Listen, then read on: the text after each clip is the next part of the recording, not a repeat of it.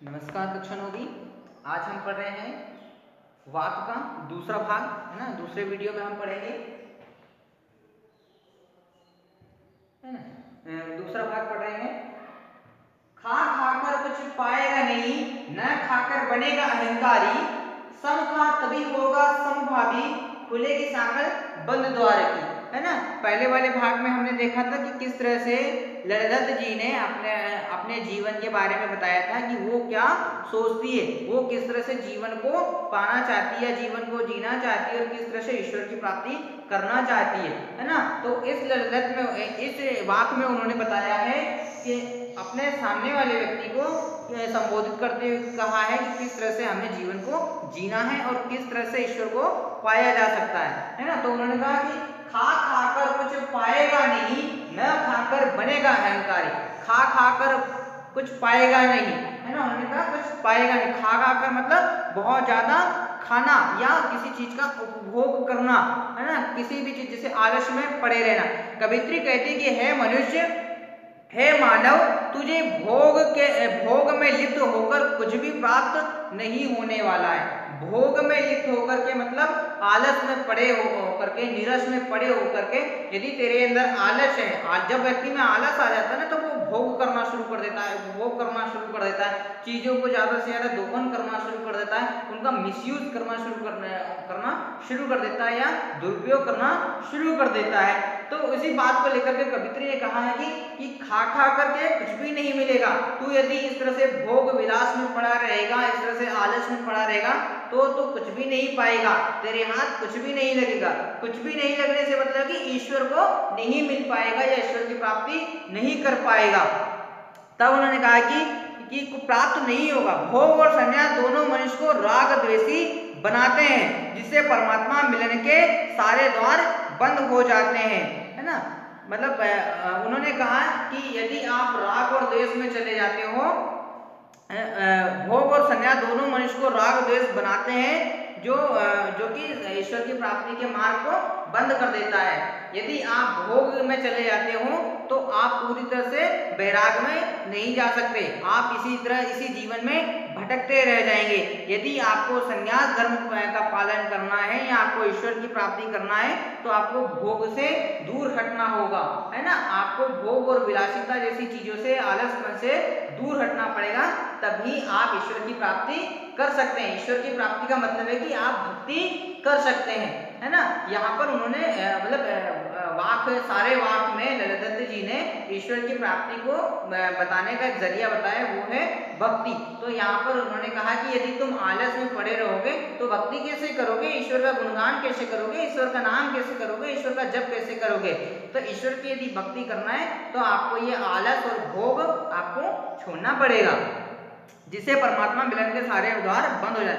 भोग त्याग कर वैरागी हो जाएगा तो तंत्र मंत्र साधनाएं उसे अहंकारी बना लेती है। सम खा तभी होगा समभावी, न खाकर बनेगा अहंकारी, सम खा तभी होगा समभावी, है ना। यदि आपको, क्योंकि उसे लगा कि वह परमात्मा के श्रेष्ठ हो चुकेगा। यदि तुम तंत्र मंत्र विद्याएं सीख लोगे, है ना, तंत्र मंत्र विद्याएं, योग साधनाएं यदि सीख लोगे तो तुम्हारे मन में अहंकार हो जाएगा, तुम स्वयं को ईश्वर मानने लगोगे, है ना। ऐसा होता भी है। आज हमारे स्थिति में देखिए कि बहुत सारे साधु संत ऐसे हैं, ढोंगी साधु संत ऐसे हैं कि थोड़ा सा योग सीख जाए, थोड़ा सा हठ योग सीख जाए, थोड़ा सा तंत्र मंत्र विद्या सीख जाए, थोड़ा सा उपासनाएं सीख जाए, थोड़ा सा क्या होता है कर्म कांड करना सीख जाए तो स्वयं को ईश्वर मानना शुरू कर देते हैं। स्वयं को कहते हैं कि मैं ही आपका ईश्वर हूँ, आप मुझे पूजिए। ऐसे बहुत सारे साधु संत हमारे पास मिल जाएंगे, है ना, जो जिनके कर्मकांड ही बहुत खराब है, जो आजकल बहुत बुरी स्थिति में भी आ गए हैं। तो वो कहने की कोशिश कर रही है कि यदि आपके पास कर्मकांड है, आपके पास तंत्र मंत्र विद्याएं हैं, आपके साथ आप भोग विलास में हो गए हैं, तो आप कहीं ना कहीं स्वयं को ईश्वर समझने लग जाएंगे, आप कहीं ना कहीं स्वयं को ज्यादा महत्व देने लग जाएंगे, आप ईश्वर के बराबरी पे आ जाएंगे, तब ईश्वर की प्राप्ति नहीं हो पाएगी। ईश्वर की प्राप्ति करना है तो अपने आप को शून्य रखिए, अपने आप को सीखने की प्रवृत्ति में रखिए और ईश्वर की भक्ति कीजिए, है ना। जो इंद्रियों को नियंत्रित एवं संयमित रखने से प्राप्त होता है। यदि ईश्वर की प्राप्ति करना है तो आपको अपनी इंद्रियों को नियंत्रित करना होगा। समखा तभी होगा समभावी, मतलब आपको सम होना पड़ेगा, बराबर होना पड़ेगा अपनी इंद्रियों के साथ, अपनी इंद्रियों पर नियंत्रण करना पड़ेगा भाई, तभी आप ईश्वर को प्राप्त कर सकते हैं। यदि आपकी इंद्रियां मतलब है आँख, कान, नाक, जो हम संवेदन जिनसे हम महसूस कर सकते हैं, उन सभी इंद्रियों को, अंगों को यदि हम नियंत्रित कर पाते हैं तो हम ईश्वर की प्राप्ति कर पाते हैं। यह मार्ग है समानता का, जो मनुष्य सुख दुख दोनों ही स्थितियों में संतुलित रहता है, अर्थात समानता का भाव रखता है, जिसके लिए मुक्ति रूपी द्वार की कुंडी स्वयं ही खुल जाती है और उसका अपना परमात्मा से मिलन संभव हो पाता है। यदि हम अपने भावों को सम रखते हैं, यदि हम अपने भावों को समान रखते हैं, यदि हम अपनी इंद्रियों को कंट्रोल में रखते हैं, नियंत्रण में रखते हैं, तो हमारे जो मुक्ति का द्वार होता है वो खुल जाता है। मुक्ति का द्वार इसलिए खुल जाता है, यदि हमारी इंद्रियां नियंत्रित है तो हम कोई बुरे काम नहीं करेंगे, हम अच्छे काम करेंगे। अच्छे काम करेंगे तो ईश्वर से मिलना